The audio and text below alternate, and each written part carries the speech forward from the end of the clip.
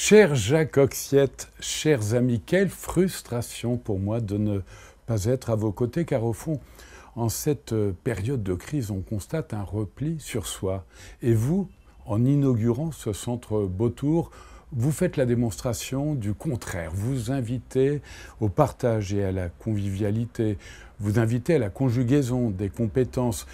Vous avez revisité le passé pour tracer l'avenir, et tout cela dans un double objectif, mesurer combien notre biodiversité, le vivant qui nous entoure, nous est précieux, et puis tout mettre en œuvre pour le préserver. Vous savez, j'ai eu l'honneur et la lourde responsabilité d'accompagner les délégations françaises au plus haut sommet de la planète consacré à la biodiversité. Je pense à Rio, Nagoya plus récemment, Hyderabad.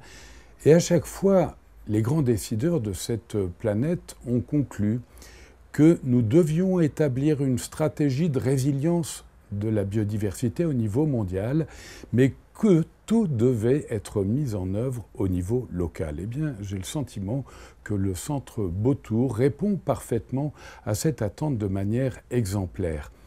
Vous avez mis près de 35 ans à le mettre en œuvre, et aujourd'hui, on peut dire que vous faites la démonstration que la détermination ne doit jamais s'évader de la conscience. Par ailleurs, j'ai la conviction que vous allez enraciner des vocations de curieux de nature, respectueux du vivant en clair. En résumé, vous faites preuve d'utilité publique. C'est pourquoi je suis frustré de ne pas être à vos côtés, mais j'en prends l'engagement pour me faire pardonner.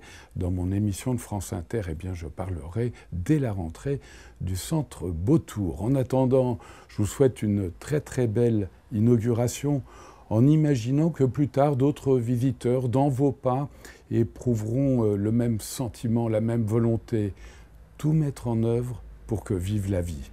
Merci infiniment à chacun d'entre vous, toute ma reconnaissance et mon amitié. À bientôt.